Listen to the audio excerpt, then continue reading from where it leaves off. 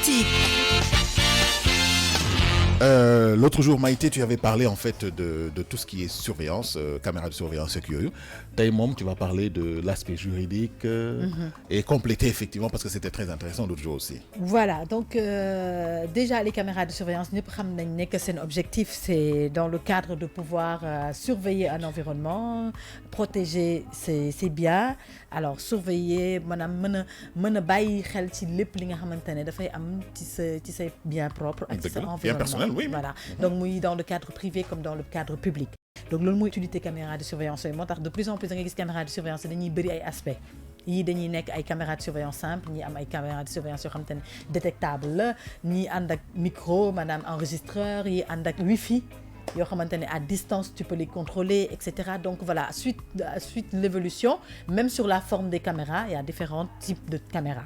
Alors la législation fait qu'aujourd'hui il y a deux types de législation. Pour ceux qui placent des caméras dans le cadre privé, am nañ seen législation droit bi nga xamante ne voilà may nañ leen ko octroyé nañ leen ko. Pour les caméras publiques, am na droit boo xamante ne tamit loi bi octroyé na leen ko maanaam tout n'est pas permis en fait pour l'utilisation des vidéosurveillance. Okay. Alors ceux qui sont dans le cadre privé, ils ont le droit à l'image, ils ont le droit à la vie privée. Donc ils peuvent avoir des caméras qui sont audio comme des caméras qui ne sont juste que vidéo. Et la possibilité de pouvoir contrôler à distance, voir à distance à travers un ordinateur, etc. Tout ce qui se passe à l'intérieur de chez eux. Qui est privé. Voilà, qui est privé. Que ce soit pour une maison, que ce soit pour une entreprise. Ils en ont le droit, parce que la législation may na leen ko. C'est différent dans un cadre public. Quand c'est dans un espace public, ils n'ont pas droit à tout. Restaurant, voilà, supermarché, talibi, etc. Ils n'ont pas le droit d'avoir des caméras audio. D'accord. Boo xam ne dañ lay dégg. Voilà, amuñu droit ibi audio bi. D'accord. Parce que là, ils sont en train d'empiéter dans la vie privée des gens. D'accord. La vie privée personnelle de tout un chacun. Ça mën na ko enregistrer après. Amuñu droit bi def ay enregistreur audio. Maanaam ils ont le droit d'avoir le visuel, maanaam l'image de sukkandiku ci image bi, mais amuñu droit sukkandiku ci image bi ak ci discussion bi. D'accord. Parce que c'est des discussions privées et chacun a le droit d'avoir des discussions privées. Donc, il y a une différence. Même dans le cadre privé, les gens le font. Bon, c'est pas éthiquement, c'est pas recommandé, mais la personne a le droit de le faire. Mais est-ce qu'il faut aussi signaler à la personne que dans ma caméra, il faut faire audio et vidéo? Alors, signaler présence de caméra, c'est une obligation. On doit normalement signaler la présence de caméra dans un lieu, que ce soit privé, surtout dans un lieu public.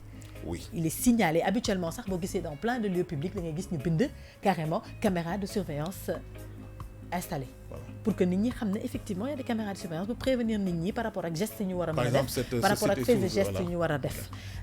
Dans le cadre privé, dans des maisons en général, les gens ne le font pas parce que c'est par rapport à leur politique en fait. Ils veulent peut-être découvrir quelque chose, ils veulent peut-être surveiller à distance quelque chose, donc duñ ko xam.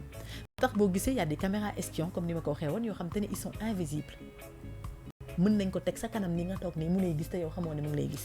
maanaam ci lampe bi lay nekk. oui comme ni ma toogee nii di wax yow spot yi mën na am caméra te du ma ko xam. question soo demee restaurant.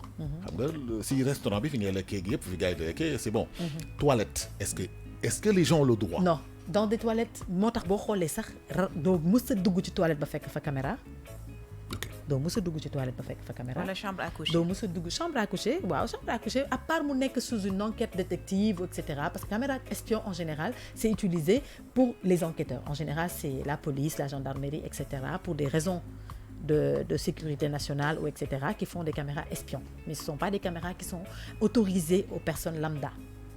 Mais il faut être malade aussi pour se faire filmer dans sa chambre à coucher. Man li ma bëggoon laajte rek Maïté c'est-à-dire moi je suis d'accord bu fekkee c'est ci domaine domestique la c'est-à-dire kër dafa am 4 angles bu dee da nga bëgg a surveiller soit ay sàcc wala je sais quoi nga def caméra ci sa 4 angles yi dañu waxante dëgg mais ci sa biir kër pour man c'est vicieux loolu baaxul loolu gor nit kuy xalaat ku baax warul ko def. xam nga chambre à coucher waxuma la chambre à coucher mais biir kër ci boppam sax laaj xam nga kër comme ñun nii mën nga def benn caméra ci angle bële def benn ci angle bi def benn ci angle bu la neexee téye sa téléphone maanaam ku sonné sa kër nga gis ko ku dugg nga gis ko.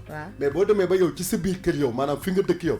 nga def ay caméra ci biir kër yi ça devient grave. Non, ça devient alors grave. moi ça devient grave mais jamono moo doy waar. mais je suis totalement d'accord avec toi mais on est arrivé à un niveau de sécurité boo xamante ne les gens daawuñu ko def avant bu ñu daan dégg caméra fan nga ko daan romb ci te buntu ñi kër. lay rey sax sa kër non ñu dëkk. ba avant sax bi nga daan def caméra sa buntu kër nga ko daan def mais fii ñëpp ñu gis à l'époque où il y avait des caméras où il y en avait pas beaucoup boo xoolaan da nga daan gis dans des maisons résidentielles ils avaient des caméras pas à l'intérieur mais à l'extérieur moo doon nekk ci buntu bi pour ñu xam kii dugg kii génn comme tu dis mais il est arrivé à un niveau boo xamante ne tey d'insécurité boo xam ne les gens pour se sécuriser ils mettent des caméras chez eux des caméras cachées yoo xam ne kenn du ko xam nit ki fan lay jaar nit ki fan lay jaar ba dugg ci biir kër gi. non moom laa lay expliquer xam nga tey nit ku lay jaar. mais attends tey je vais te donner le cas du viol de la fille qui a été violée chez elle oui s'il y avait une caméra chez elle on aurait vu ce viol comment ça s'est déroulé xam kan la exactement mais kooku mënoon na ko violer ba pare dem te kenn du xam kan moo ko violé c'est pour te dire que on n'est plus arrivé au stade de logique ou non logique on est en train de voir ce qui peut être aujourd'hui la possibilité de tey éradiquer certaines choses Sécuriser son périmètre. sécurisation boobu noonu la ñuy jéem a xool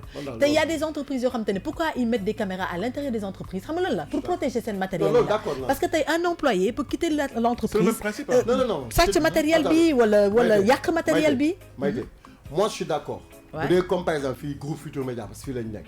moi je suis d'accord moom caméra ci biir kër gi et tout man awma ci benn problème parce que da nga ñëw fi pour liggéey mais ci biir kër intimité la dafa am leen loo xam ne rafetul c'est-à-dire tey jii kii ñëw dugg sa biir kër wala kii yëg ci état wala benn affaire ci caméra de surveillance yi dina nekk fenn foo xam ne nit mënu ko def boo si duggee di ko léegi nag bu fekk loolu am na ñi nekk ci biir kër yi caméra de surveillance mën na xam ñi génn ak ñi génnul mais jël ay caméra de surveillance def ko benn ci couloir bi def benn bi ci biir néeg yi def beneen bi ci je sais pas non non non loolu c'est vicieux. non mais loolu là c'est vicieux. on parle de couloir couloir ak buntu moo kër. tax ma ne Voilà, la c'est benn vicieux, laa tax ça. ma ne la moo tax ma ne la c'est pas forcément dans les chambres il faut pas aussi que ñu tirer le truc L'accent jusqu'à sur- l'accent sur ça là rarement ngay dugg ci kër gis caméra ci biir néeg rarement Non, non, amul wala nga sax, gis ko ci c'est rare, toilette non, wala non. ci cuisine en général Si. caméra boo Couloir duggee ci principal kër bi la. couloir Cuisine, principal am la na. wala ci waañ wala ci salle bi ak cuisine. loolu mën na nekk loolu yëpp c'est très rare cuisine. loolu en général bu amee c'est parce que y a eu un problème qu'il y a eu dans la maison et la personne veut se sécuriser mu def loolu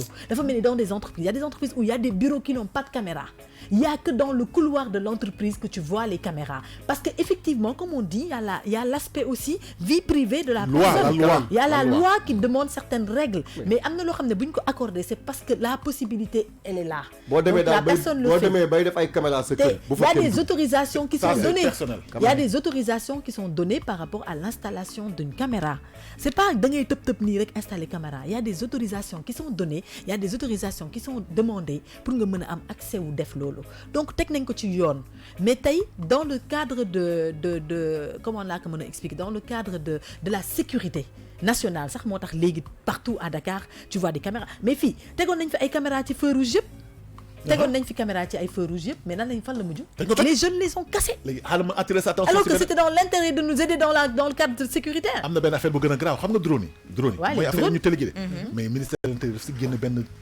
mais nag drone benn dafa am arrêté. dafa am waaw dafa Dafa am doy waar. drone moom mooy loo xam j'en ai parlé la dernière Oui, fois oui. tu te rappelles les drones il faut avoir une autorisation pour faire survoler un drone hein Mais avant c'était léger hein. ah mais ça a toujours été comme ça Ah, c'est interdit voilà daaw nee na c'est c'est interdit strictement interdit. strictement interdit les léegi drones gis nga caméra de surveillance boo ko defee sax si biir kër defkatu ñaawtee fii bu ñu ñëwee li ñuy njëkk a def dañ ciy sànni benn morceau dagg câble yi teg ne absolument moo tax à l'intérieur su nga nit koo xam ne dafa installé këram caméra de surveillance c'est parce que tooxi doon nañ ko fa defal. dafay surveiller. Voilà, donc c'était ça. On voulait un peu appuyer dans l'aspect juridique. On en avait parlé avant-hier. Donc, dellu si waat ci aspect juridique bi pour gën a ñaax nit ñi rek wax leen lan mooy utilité bi ñu bañ ko def tamit fowukaay.